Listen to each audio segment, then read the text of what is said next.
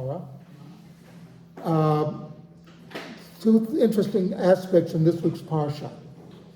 One of the key phrases that many of us grew up with is man does not live by bread alone.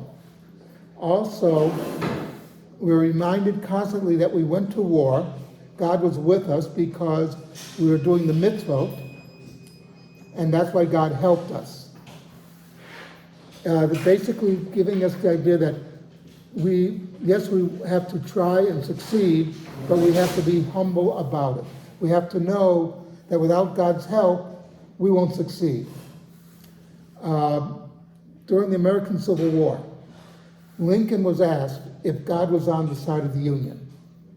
And he said, I don't know if God is on our side, but I hope and pray that we're on God's side. And that's basically the attitude we have to have towards a lot of things that we do. Also, when we go to war, we have to pray and hope that what we're doing is the right thing, we're on God's side.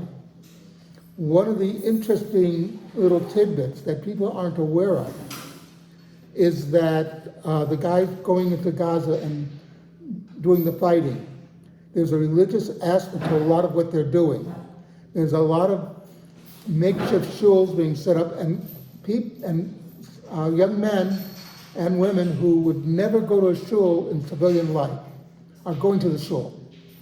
In a few weeks, it'll be the month of Elul, and the soldiers in the IDF, the Israel Defense Forces, will be blowing the shofar, which, by the way, Hamas considers a war crime. Reminds them that they might be wrong. But that's a separate issue. But the fact is that these Jewish soldiers are expressing their Yiddishkeit, their Judaism, even in the midst of war.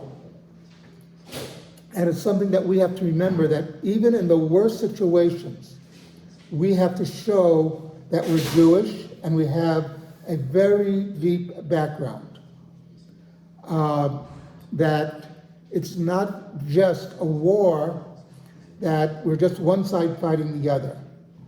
There's real evil, which the world forgets, that one side is absolute evil.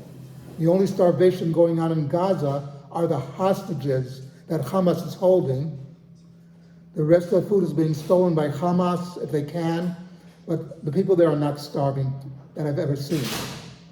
The only starvation is of the hostages they're keeping, which tells us the real evil. And we have to remember that we are fighting evil, but that we need to be on God's side. We can never forget that we are Jews.